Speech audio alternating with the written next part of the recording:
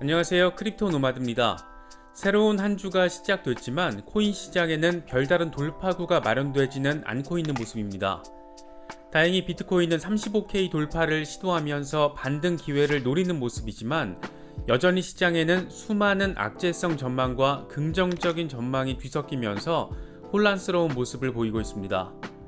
여기에는 듣기만 해도 기대가 부풀 법한 소식도 있는 반면 제발 이런 전망은 완벽하게 빗나갔으면 좋겠다, 이런 소식도 있습니다. 먼저 홀더들 사이에서 애증의 종목으로 평가받는 리플입니다. 리플은 지난달만 하더라도 전고를 오르내리며 시세 폭등에 대한 기대감을 갖게 했지만 지금은 다시 동전주로 급락했습니다. 6월 28일 현재 리플은 코인마켓캡 기준 시가총액 7위를 기록하고 있는데 시세는 0.6달러 정도에 형성되어 있습니다. 우리 돈으로는 700원대 거래가 되는 것인데 한 달 전만 해도 2,000원을 오르내리던 리플이 다시 동전주가 되면서 투자자들의 한숨 역시 커진 것 같습니다. 현재 리플의 발목을 잡고 있는 가장 큰 이슈는 단연 SEC와의 소송입니다. 핵심 쟁점은 XRP를 과연 증권으로 볼 수 있는지 여부인데 전반적으로는 리플의 우호적인 여론이 형성되면서 승소 또는 합의에 대한 가능성이 점쳐지기도 했지만 소송 결과는 아직 뭐라고 예단하기는 힘든 안개 속에 자리하고 있는 모습입니다. 특히 리플의 시세 측면에서는 매도세가 계속 이어지고 있는 데다 암호화폐 시장 전반적으로 매수세가 한두 달 전보다 크게 빠지다 보니 이렇다 할 상승 동력을 찾지 못하고 있습니다. 암호화폐 전문 매체 AMB 크립토는 XRP는 지속적인 하락 압력으로 인해서 2020년 12월 이후 처음으로 200일 이동평균선 아래로 이동했다. 또 RSI 지수도 약세를 보이고 있다. 이렇게 분석했습니다. 그러면서 이런 추세가 지속되면 XRP 가격은 조만간 6월 22일 최저치 0.48달러까지 하락할 수 있다. 이 가격이 무너지면 0.35달러까지 후퇴할 수도 있다. 이렇게 다소 어두운 전망을 내놨습니다. 암호화폐 트레이너 피터 브렌트 역시 리플 추세는 헤드앤숄더 패턴을 형성하고 있다. XRP 가격은 역대 최저 수준으로 하락할 수 있다. 이렇게 경고하면서 투자자들의 불안감을 키우기도 했습니다.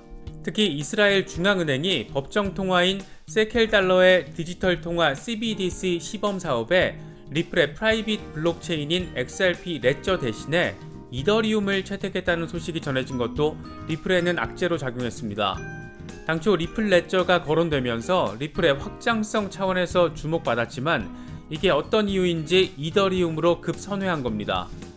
리플은 그동안 XRP가 CBDC에 최적화된 기술이라는 점을 강조해왔던 만큼 리플 입장에서는 상당히 뼈아프게 들릴 수 있는 뉴스일 수 있습니다. 결국 현재 상황에서 리플은 비트코인의 추세 전환과 더불어서 SEC와의 소송 결과가 가장 큰 시세 전환의 계기가 될 것으로 보입니다.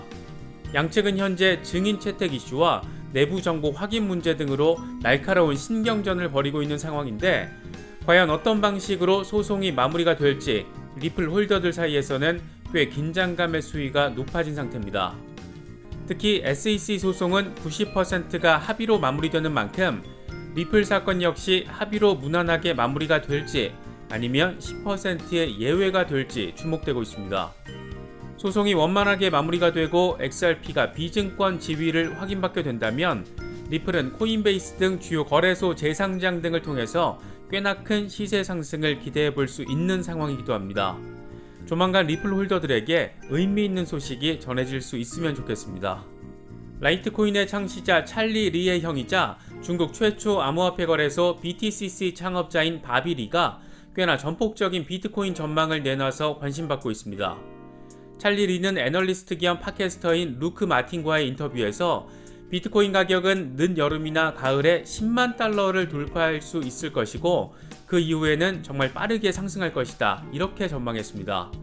우리 같은 개미 투자자들이 가장 기대하는 상황이 어쩌면 늦여름에는 벌어질 수도 있다는 것이 바비리의 전망입니다. 바비리는 규제 단속으로 인한 패닉셀은 절대 정점의 끝이 아니다. 가격 정점의 진짜 끝은 가격이 너무 빨리 올라서 더 이상 견딜 수 없을 때다.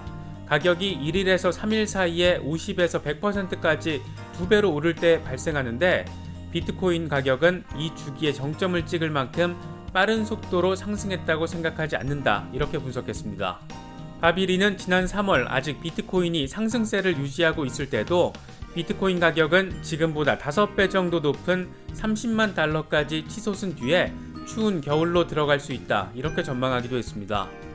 당시 그는 암호화폐 시장에서 올해는 3, 4년에 찾아오는 불마켓이 될 것이라면서 비트코인 가격은 올 여름 10만 달러, 연말에 30만 달러를 기록한 뒤에 이후 거품이 터지면서 90% 급락할 수 있다. 이렇게 경고하기도 했습니다.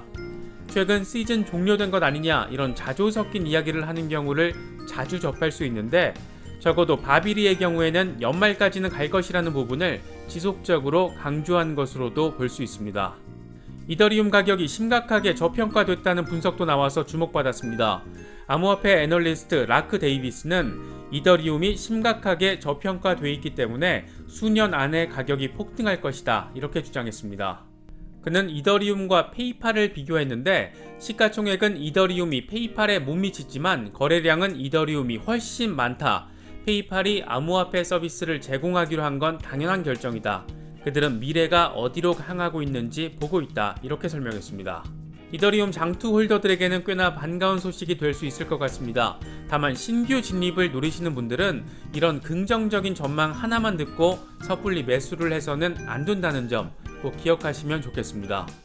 여러 긍정적인 소식이 있는 반면 JP모건은 비트코인이 아직 바닥이 아니라면서 다소 부정적인 전망을 내놨습니다.